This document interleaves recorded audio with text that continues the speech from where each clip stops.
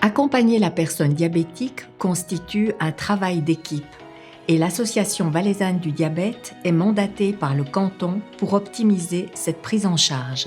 Au travers de 4 brèves capsules vidéo, nous vous livrons des informations utiles. Si le rôle du médecin traitant est prioritaire, la personne diabétique a besoin de comprendre sa maladie, son traitement, apprendre à gérer son alimentation et recevoir des soins. Les coordonnées des différents professionnels qui l'entourent, tels qu'infirmières en diabétologie, diététicienne, podologue, pharmacien, médecin diabétologue ou autres spécialistes, sont disponibles sur le site Action Diabète dans le répertoire des professionnels. L'Association valaisanne du diabète prodigue enseignements et soins aux personnes diabétiques.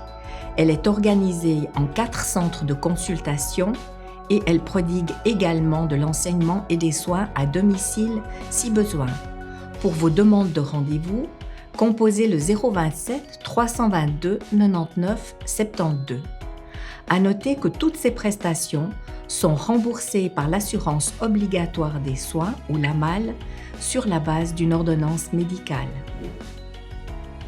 Quand nous mangeons des aliments qui contiennent des glucides, les sucres passent par la bouche, l'œsophage, l'estomac. Ensuite, ils vont passer au niveau intestinal. Ils sont rendus en petites molécules pour passer au niveau des intestins. Et là, ils vont être récupérés au niveau du sang. Tout ça va être acheminé à toutes les cellules du corps via les vaisseaux sanguins.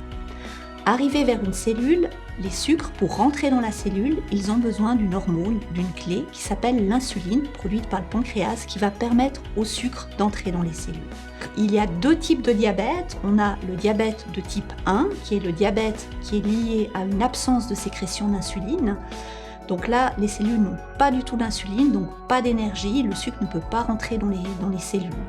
Et le diabète de type 2, qui est lié plutôt à une fatigue du pancréas et à une résistance des cellules à l'insuline, et qui touche plutôt le diabète adulte, en général les gens en surpoids. Le sucre ne pouvant pas rentrer dans les cellules, il va se retrouver dans les vaisseaux, c'est ce qu'on appelle l'hyperglycémie, donc il y a trop de sucre dans le sang. Les symptômes de l'hyperglycémie sont besoin fréquent d'uriner, sensation de soif, langue sèche, fatigue, maux de tête. On a 3 piliers du traitement que sont le traitement avec les autocontrôles et la médication, la diététique, donc l'alimentation, et puis l'hygiène et le mouvement. C'est important de bouger et de maintenir une bonne santé.